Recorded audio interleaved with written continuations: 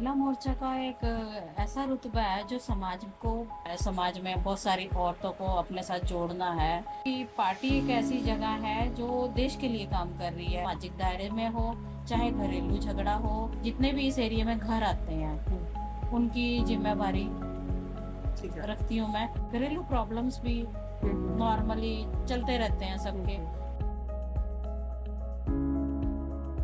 नमस्ते दोस्तों, आपका स्वागत है मेरे शो समाज की बात में।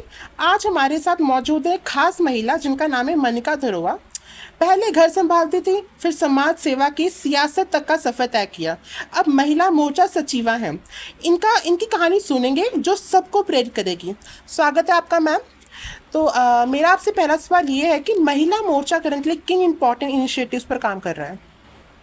महिला मोर्चा का एक ऐसा रुतबा है जो समाज को बहुत अच्छी तरह प्रेरित करता है। समाज में अपना दायरा, अपनी नियति को निश्चित रखता है कि हमने किसी से कैसे बात करनी है, उसको किस वे में लेना है, किस तरह से इस देश को संभालना है, किस तरह से अपना आस पड़ोस संभालना है और पार्टी में किस लेवल तक, किस हद तक जाना है, किस कार्य को किस ढंग में करना है। बहुत सारी डिपेंड करता है कि हम किस पद पे हैं। उसमें मैं महिला मोर्चा सचिव के पद पे हूँ और सचिव पद पे रहते हुए सामाजिक दायरे में जुड़े हुए हैं हम लोग। समाज में हमें बहुत सारे काम करने पड़ते हैं, जैसे पार्टी को लेके रैलीज में भी काम करना पड़ता है। समाज में बहुत सारी औरतों को अपने साथ जोड़ना है, ये भी एक काम जुड़ा हुआ है ऐसा कि क्योंकि पार्टी एक ऐसी जगह है जो देश के लिए काम कर रही है और जितनी जनता हमसे जुड़ सके, जहां हम अपनी जगह उनके दिलों में बना सके, वो हमारा कार्य सबसे पहले नंबर पे रहता है कि जितनी जनता को, जितनी लेडीज को मैं अपने साथ जोड़ सकूं, वो मेरे लिए काफी हद तक अच्छा रहता है। तो ये महिला मोर्चा जो ये है ग्रुप है, तो ये बेसिकली विमेन वेलफेयर के लिए ही ज़्यादा काम करता है। हाँ जी। ओके। तो मेरा आपसे सेकंड क्वेश्चन है कि ग्रास रूट लेवल पे महिला मोर्चा कैसे विमेन से कनेक्ट करती है? ग्रास लेवल पे ये है कि हमें डोर टू डोर तो जाना ही पड़ता है और कुछ काम ऐसे होते हैं कि जैसे हम पदाधिकारी हैं, चाहे छोटा पद हो चाहे बड़ा पद हो, मेन है कि हम पार्टी से हैं और समाज को ये पता है कि ये पार्टी से हैं, ये महिला मोर्चा है और शायद हमारी हेल्प कर सके। तो जो मेरे दरवाजे तक पहुंचता है, फिलहाल तो ऐसा कभी हुआ नहीं, मैंने कभी किसी की सुनी ना हो। और वो अपना दुख दर्द किसी भी तरह की कोई भी हेल्पिंग के लिए मुझे मेरे पास आते हैं, मैं उनकी हेल्प करती हूँ। चाहे वो सामाजिक दायरे में हो, चाहे घरेलू झगड़ा हो, चाहे गली नाली पानी सफाई, किसी भी तरह का मुद्दा है पार्टी से जुड़ा है तो मैं इसको जरूर सॉल्व करती हूँ। तो आपने यहाँ पे पार्टी को बहुत बारी मेंशन करा है, तो पार्टी आपको किस किस तरह के काम देती है जो कि आपको करना पड़ता है? पार्टी में मैंने बताया कि एक तो मैं महिला मोर्चा सचिव के पद पे कार्य कर रहा हूँ, जिसमें यह है कि हम महिलाओं को कितना जोड़ सकते हैं उतना कोशिश करते हैं। दूसरा, मैं अपने एरिया में एक बूथ लेवल एक समिति होती है, पार्टी की ही एक बूथ लेवल होता है, उसमें हमारी अलग से कार्य समिति चलती है जिसमें मैं अध्यक्ष हूँ। यहाँ पे वार्ड नंबर 7 है ये और बूथ हमारा 93 है। तो 93 की अध्यक्ष होने के नाते जितने भी इस एरिया में घर आते हैं उनकी जिम्मेवारी ठीक है। रखती हूँ मैं। उनके घरों में कोई प्रॉब्लम आ रही है सफाई को लेके, पानी को लेके, या उनके घरेलू प्रॉब्लम्स भी नॉर्मली चलते रहते हैं सबके। तो एक महिला होने के नाते मैं जहाँ तक सॉल्व कर सकती हूँ करती हूँ। ठीक है। और जिसके जैसे कि लाइट्स नहीं है, कहीं पे खंबे नहीं है, कुछ प्रॉब्लम्स आ रही हैं, झाड़ियाँ ज़्यादा हैं, वहाँ पे सड़कें बनानी है, इस तरह के कार्य पार्टी के थ्रू हम करते रहते हैं। ये हमारा बूथ लेवल पे चलता है। इसको अध्यक्ष होने के नाते मैं इस कार्य को अपने हाथों में लेती हूँ और मेरी आगे टीम है जो कि वो मेरा साथ देती है। ठीक है। तो मेरा आपसे अगला सवाल ये है कि इस रीजन में, जो आपके अंडर रीजन आता है, उसमें जो महिलाएं हैं उनको बेसिकली किन प्रॉब्लम्स का सामना करना पड़ता है जो अभी तक आपको पता है कि ये प्रॉब्लम्स हैं जो कि आपके इस बूथ में, आपके रीजन में औरतें ज़्यादातर फेस कर रही हैं? वो कौन सी प्रॉब्लम्स है और कैसे आप उसे टैकल करते हो? फिलहाल मैंने यहाँ पे जब इस अपने एरिया में कदम रखा था तो यहाँ पे बहुत कच्ची गलियां थी। घर तो ले लिया, घर बना लिया, लेकिन घर तक आने के लिए बहुत प्रॉब्लम होती थी। बहुत सारी कच्ची गलियां थी और उसके बाद मैंने किसी तरह, उस टाइम मैं पार्टी में नहीं थी, लेकिन मुझे था कि मेरे घर तक आने में किसी को तकलीफ ना हो। मैं खुद भी चंडीगढ़ से यहाँ पिंजौर तक का सफर मैंने तय किया, क्योंकि ये एरिया बहुत शांत है, ठंडा है रहने के लिए। चंडीगढ़ में बहुत ज़्यादा रश और गर्मी है, तो मुझे ये एरिया अपने घर के लेवल में बहुत पसंद आया, तो मैंने लिया। लेकिन जब मैं यहाँ आई तो देखा मैंने कि लाइट्स नहीं थी, खंभे नहीं थे, बिजली की वायरें नहीं थी यहाँ पे, गलियाँ नहीं थी प्रॉपर, और मार्केट काफ़ी दूर था यहाँ से। धीरे धीरे पहुँचने में काफ़ी टाइम लगता था। बेशक हमारे पास व्हीकल है, टू व्हीलर है, कार है, लेकिन कच्ची गलियों की तो बहुत मुश्किल होता था बहुत मुश्किल पहुँचना। होता है। सबसे पहले मैंने यहाँ पे एक गली बनवाई, फिलहाल तो अपने घर की बनाई। फिर उसके बाद जितने भी यहाँ आसपास में डीलर्स ने प्लॉट काटे हुए हैं, उन्होंने मेरा घर देखने के बाद यहाँ पे और घर बनाने शुरू करे। जितने भी उसके कस्टमर आते थे, यहाँ पे देखा उसने कि यहाँ पे घर बसा है, और लोगों को लगा कि यहाँ ये हम घर ले ले सकते हैं, तो घर बनते गए, देखते रहे। लेकिन ये है कि एक ही गली बनाई थी मैंने तब तक, तो जितने भी लोगों ने यहाँ दोबारा मेरे आने के बाद घर बसाए, तो उन्होंने मेरे से आग्रह किया कि आपने जब एक गली बनवा सकते हो तो आप और भी आगे काम करवा सकते हो। तो धीरे धीरे करके मैं अपने यहाँ के जो पार्षद हैं, मिस्टर संजीव कौशल, उनके पास गई, उनको एक फोन किया, उनसे मिलने का अनुरोध किया, और उनसे मिली। मिलने के बाद उन्होंने बोला कि चलो मैं आपके लिए काम करता हूँ। तो उन्होंने मुझे बोला कि आप बताओ कब शुरू करना है काम, और उन्होंने मेरा काम किया भी। तो धीरे धीरे करके यहाँ पे सारी गलियां मैंने बनाई हैं।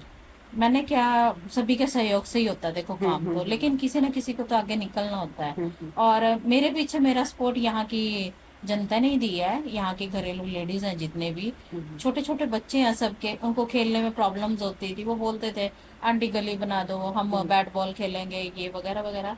तो बच्चों को भी थोड़ी फैसिलिटी दी है, और सरकार के हिसाब से जिम की भी फैसिलिटी मिल रही है, छोटे छोटे ग्राउंड्स बनाने की कर रहे हैं हम कोशिश जितना हो रहा है।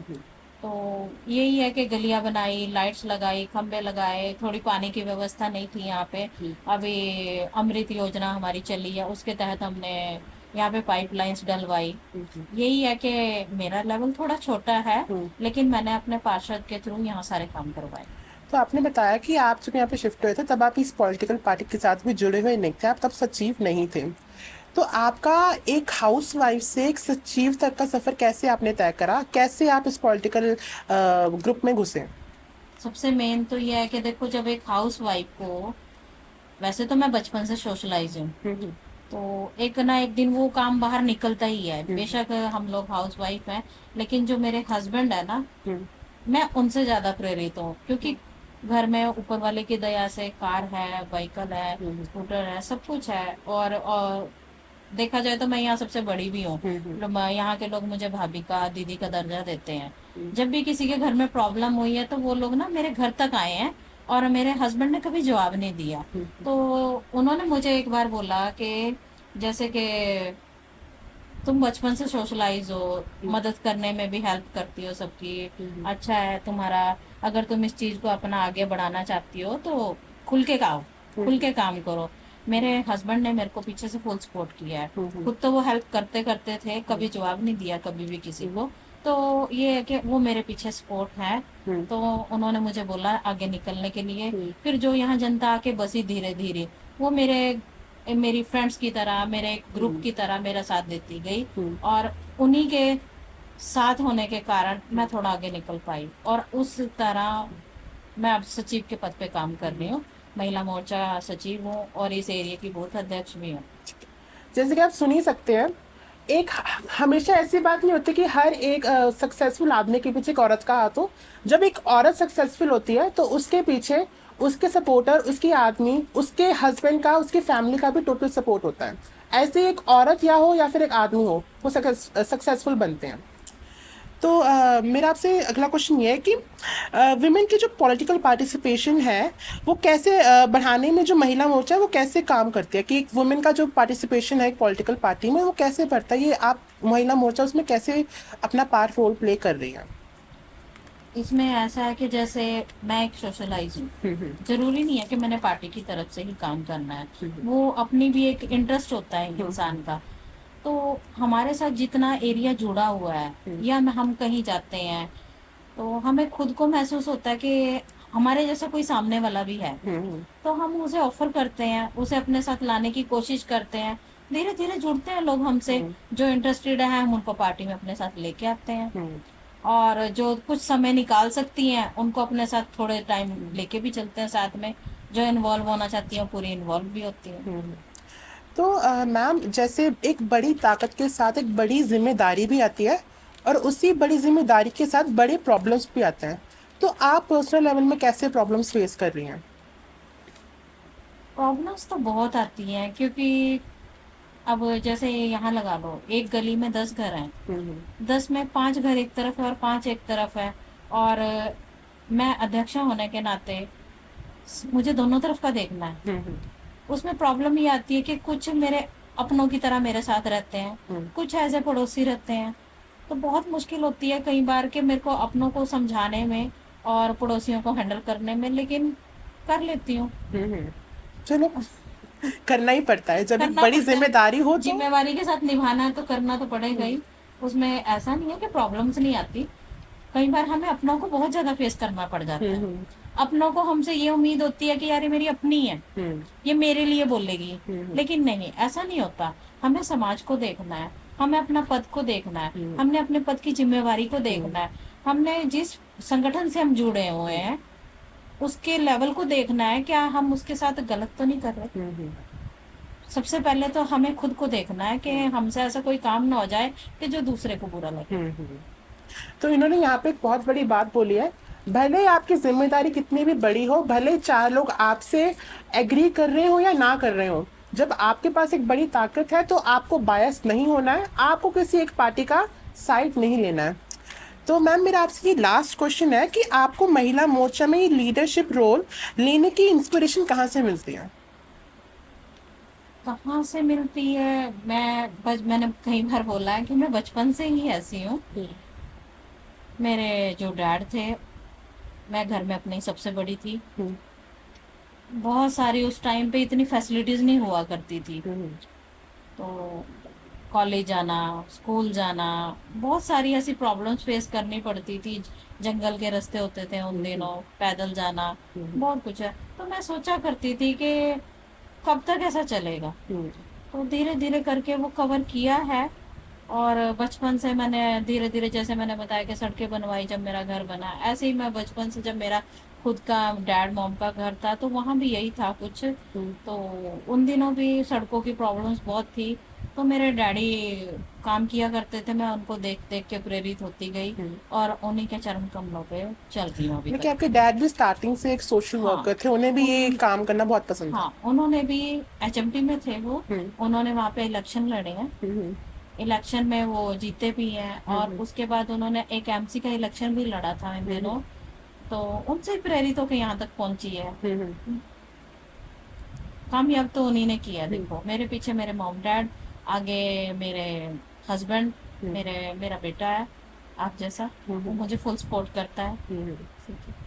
तो आप आज की औरत को एक क्या आखिरी संदेश देना चाहेंगे कि वो अगर उनको कुछ करना है तो वो कैसे करे? क्या संदेश रहेगा आपका आज की औरतों को? देखो, आज का जो सामाजिक दायरा है वो काफी ज्यादा बढ़ चुका है। आज के टाइम में 33% आरक्षण महिलाओं को दिया जा चुका है। महिलाओं ने, जरूरी नहीं है कि सरकार ही कर रही है सब कुछ, महिलाएं भी इतनी सशक्त हो चुकी हैं और पढ़ भी रही हैं। डॉक्टर्स बन रही है, इंजीनियर बन रही है, पायलट बन रही है, हर तरह की फील्ड में आगे निकली हुई है लेडीज। लेकिन कुछ दायरों में अभी भी सिमटी हुई है अपने अपने घरों में। उनको लगता है कि हमने खाना पीना बनाना और सो जाना। नहीं, हमें समाज को देखना है, क्योंकि हम अगर सो के चैन की नींद गुजार रहे हैं, आने वाला वक्त वैसा नहीं है। सबके घरों में बेटियां हैं, सबके घरों में बच्चे हैं। हमें उस जनरेशन के लिए अपने आप को तैयार करना है कि हमारी तरह जो हमारे बच्चे हैं वो घरों में ना रहें, समाज, देश और अपने लिए कुछ करें। बिल्कुल सही बात करी है इन्होंने। अगर आपके घर में बेटी है तो ज़रूरी नहीं है कि बेटी जो है वो पढ़ाई लिखाई के बाद सिर्फ शादी करे, उसके बाद दूसरे के घर में जाके झाड़ू पोछा बर्तन इन्हीं में समेट के नहीं रहनी चाहिए। आज की बेटी है तो आज की बेटी डॉक्टर भी बनेगी, आर्मी में भी जाएगी और बाकी सब काम भी वो पूरी तरीके से कर सकती है। इसी के साथ मैं शो को एंड करता हूँ। मेरा नाम है इनवी और आप देख रहे थे मेरा शो समाज की बात।